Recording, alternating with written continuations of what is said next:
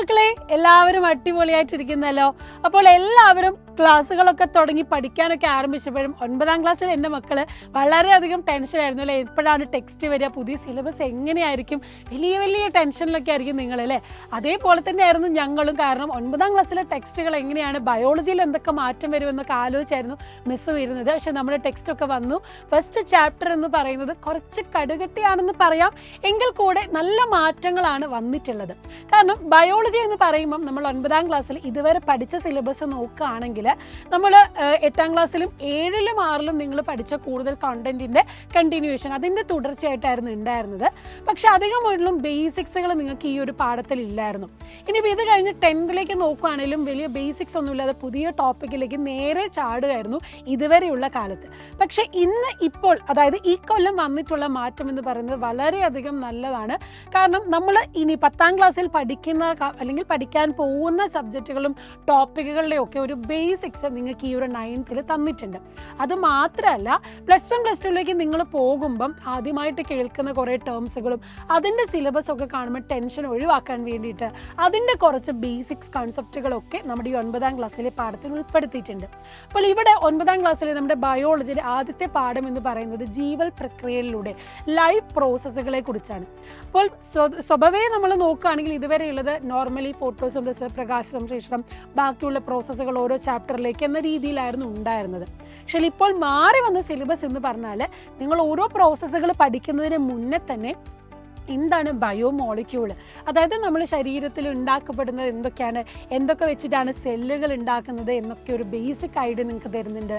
അതുമാത്രമല്ല, ഹോർമോണുകളെ പറ്റിയും എൻസൈമുകളെ പറ്റിയും നമ്മുടെ ശരീരത്തും അതുപോലെ തന്നെ അമീബയിലെ പോലത്തെ ശരീരത്തിലുള്ള അല്ലെങ്കിൽ അവരുടെ പോലുള്ള സൂക്ഷ്മജീവികളിൽ നടക്കുന്ന പ്രക്രിയകളെ പറ്റിയും, പിന്നെ സസ്യങ്ങളിലേക്ക് വന്ന് അങ്ങനെ സസ്യങ്ങളിലുള്ള പ്രകാശ സംശ്ലേഷണമൊക്കെ പഠിക്കുകയാണ് ചെയ്യുന്നത്. പിന്നെ അതിൻ്റെ കണ്ടിന്യൂഷനായിട്ട് ഇനി ബാക്കി പാഠത്തിലേക്ക് ബാക്കി പ്രോസസ്സുകൾ, അതായത് മറ്റ് ജീവൽ പ്രക്രിയകളെ കുറിച്ച് എക്സ്പ്ലെയിൻ ചെയ്ത് പറയുന്നത്. അപ്പോൾ എന്തുകൊണ്ടും ഈ ഒരു സിലബസ് മാറിയത് നല്ലൊരു ഗുണകരമാണ്. കുറച്ച് കടുകട്ടി ഉണ്ടെങ്കിൽ തന്നെ അത് നിങ്ങൾക്കൊരു സ്റ്റാർട്ടിങ് ട്രബിൾ മാത്രമേ ഉള്ളൂ. ഇത് പഠിച്ചാൽ നിങ്ങൾക്ക് നമ്മുടെ NCERT സിലബസ് +1 +2 നല്ലൊരു സ്ട്രെങ്ത് കൂട്ടിയും, കാരണം ആ ഒരു ബേസിക്സ് നിങ്ങളിവിടെ പഠിച്ചാണ് പോകുന്നത്. അപ്പോൾ അത്രയും കാര്യങ്ങൾ ശ്രദ്ധിക്കേണ്ടതുണ്ട്. അപ്പോൾ നമുക്ക് മനസ്സിലാകും ഈ ഒരു കാര്യങ്ങൾ നല്ല രീതിയിൽ എക്സ്പ്ലെയിൻ ചെയ്ത് പഠിച്ചാലേ അടുത്ത വർഷം 10ാം ക്ലാസ്സിൽ കയറുമ്പം വീണ്ടും സിലബസ് മാറുമ്പം നിങ്ങൾക്ക് നല്ല ഒരു ഫ്ലോയിൽ പഠിക്കാൻ പറ്റുള്ളൂ. അതുകൊണ്ട് മിസ് വളരെയധികം നിങ്ങളോട് പറയുകയാണ്. കാരണം നമ്മൾ ശ്രദ്ധിക്കേണ്ട സമയമാണ് ഇപ്പോൾ. സിലബസ് മാറുന്നതിനനുസരിച്ച് ക്വസ്റ്റ്യൻ പാറ്റേണും കുറച്ചുകൂടി എന്ത് ചെയ്യും, കോൺസെൻട്രേറ്റ് ചെയ്യും.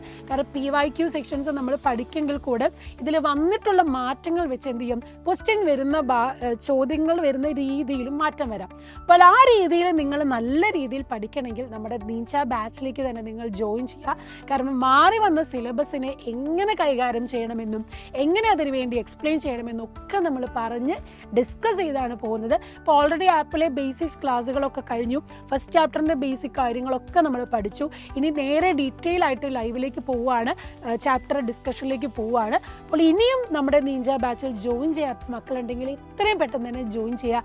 എക്സ്പ്ലെയിൻ ചെയ്ത് വളരെ ഡീറ്റെയിൽ ആയിട്ടാണ് ക്ലാസ്സസ് പോകുന്നത്. അത് മാത്രമല്ല ഇതുപോലത്തെ Q&A സെക്ഷൻ, കാരണം ഇതല്ലാതെ നിങ്ങൾക്ക് പ്രീവിയസ് ഇയർ ക്വസ്റ്റ്യൻ പേപ്പർ ഒന്നും കിട്ടില്ല. നമ്മൾ ഇതിൽ നിന്ന് കൺസ്ട്രക്ട് ചെയ്ത് നല്ല ഒരു ക്വസ്റ്റ്യൻ പാറ്റേൺ ഒക്കെ പ്രിപ്പയർ ചെയ്ത് നിങ്ങൾ പഠിക്കുമ്പം നിങ്ങൾക്ക് നല്ല രീതിയിൽ ഈസി ആയിട്ട് പഠിക്കാൻ പറ്റും. അപ്പോൾ ഈ ഒരു മാറ്റങ്ങൾ വരുന്നത് എങ്ങനെയാണെന്ന് മനസ്സിലാക്കി അറിഞ്ഞ് പഠിക്കാൻ എന്ത് ചെയ്യുക, എല്ലാ ഫ്രണ്ട്സുകളും കൂട്ടി നിങ്ങൾ നമ്മുടെ ആപ്പിലേക്ക് ജോയിൻ ചെയ്യുക. നിങ്ങൾക്ക് എന്താണോ വേണ്ടത് അത് നമ്മളിവിടെ നൽകുന്നതാണ്. അപ്പോൾ ഇത്രയും ഫീച്ചേഴ്സുകളോടെ നിങ്ങൾക്ക് കിട്ടുന്ന ഈ ഒരു ആപ്പ് എന്ത് ചെയ്യുക, എത്രയും പെട്ടെന്ന് പർച്ചേസ് ചെയ്ത് നമ്മുടെ ആപ്പിലേക്ക് ജോയിൻ ചെയ്യുക. അവിടെ നിങ്ങൾ എല്ലാവരും ഉണ്ട്.